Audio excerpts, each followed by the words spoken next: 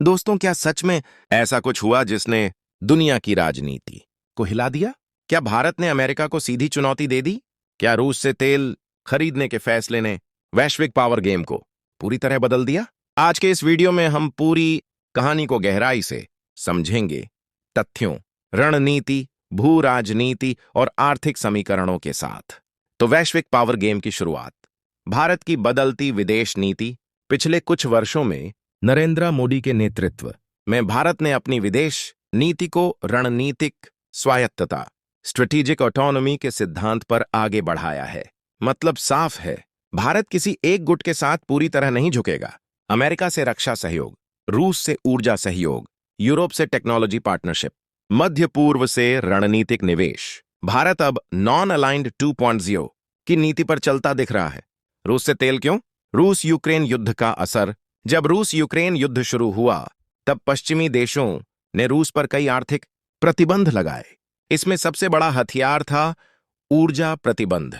लेकिन यहीं से भारत ने एक अलग रास्ता चुना। भारत ने कहा, हमारी प्राथमिकता 140 करोड़ लोगों की ऊर्जा सुरक्षा है। भारत ने रियायती दरों पर रूस से कच्चा तेल खरीदना शुरू किया। इससे भारत को 3 बड़े फायदे हुए: सस्ता तेल, महंगाई पर नियंत्रण, विदेशी मुद्रा की बचत। और अमेरिका की प्रतिक्रिया। डोनाल्ड ट्रंप ने कई बार बयान दिए कि रूस के खिलाफ वैश्विक एकजुटता जरूरी है।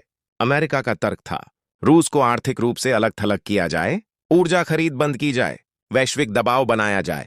लेकिन भारत ने साफ कहा, हम किसी तीसरे देश के कहने पर अपनी ऊर्जा नीति तय नहीं करेंगे। और 48 घंटे ट्रेड सस्पेंड। क्या सच? यहां जरूरी है कि हम तथ्यों को समझें।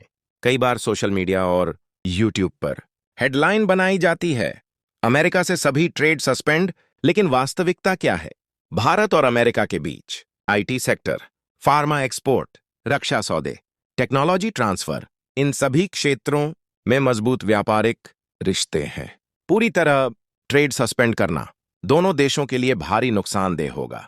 इसलिए यह ज्यादा संभव है कि कुछ सेक्टरों में अस्थायी तनाव या वार्ता रुकी हो, न कि पूर्ण व्यापारिक युद्ध।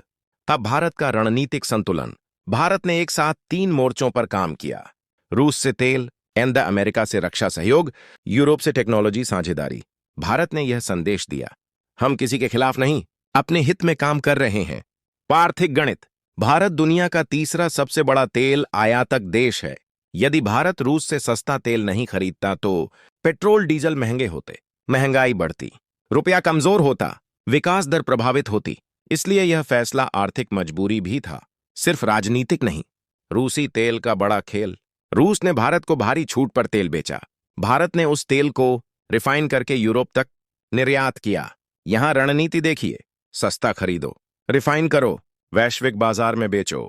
भारत एक ऊर्जा ट्रेडिंग हब की तरह उभरा। क्या ट्रंप फेल हुए? राजनीति में फेल शब्द बहुत सापेक्ष होता है। डोनाल्ड ट्रंप की नीति रूस पर दबाव बनाने की थी, लेकिन भारत जैसे बड़े देश ने पूरी तरह साथ नहीं दिया।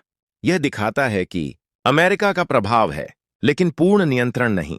दुनिया अब बहुध्रुवीय, मल्टीपोलर बन चुकी है। चीन फैक्टर। भारत के इस फैसले का असर सिर्फ अमेरिका पर नहीं पड़ा। चीन भी रूस से तेल खरीद रहा था, लेकिन भारत ने तेजी से अपनी हिस्सेदारी बढ़ाई। यह एक आर्थिक प्रतिस्पर्धा भी थी। संसद में क्या हुआ? भारत सरकार ने संसद में स्पष्ट किया, रूस से तेल खरीदना राष्ट्रीय हित में है। विपक्ष ने सवाल उठाए, लेकिन सरकार ने आंकड़ों के साथ जवाब दिया। क्या भारत को नुकसान हुआ? कुछ संभावित जोखिम, अमेरिकी प्रतिबंधों का खतरा, कूटनीतिक दबाव, मीडिया नैरेटिव। लेकिन लाभ, ऊर्जा सुरक्षा, मजबूत रुपया, आर्थिक स्थिरता। भारत ने जोखिम लेकर फायदा उठाया। भारत की नई पहचान। आज दुनिया भारत को देख रही है। सबसे तेजी से बढ़ती अर्थव्यवस्था, रणनीतिक रूप से स्वतंत्र देश, ऊर्जा नीति में व्यावहारिक सच्चाई बनाम सनसनी। यूट्यूब और सोशल मीडिया पर कई बार हेडलाइन बहुत आक्रामक बनाई जाती है। पेपर फाड़ दिया, ट्रेड बंद, अमेरिका झुका। लेकिन वास्तविक कूटनीति इतनी नाटकीय नहीं होती। यह धीरे धीरे चलने वाली रणनीतिक चालों का खेल है।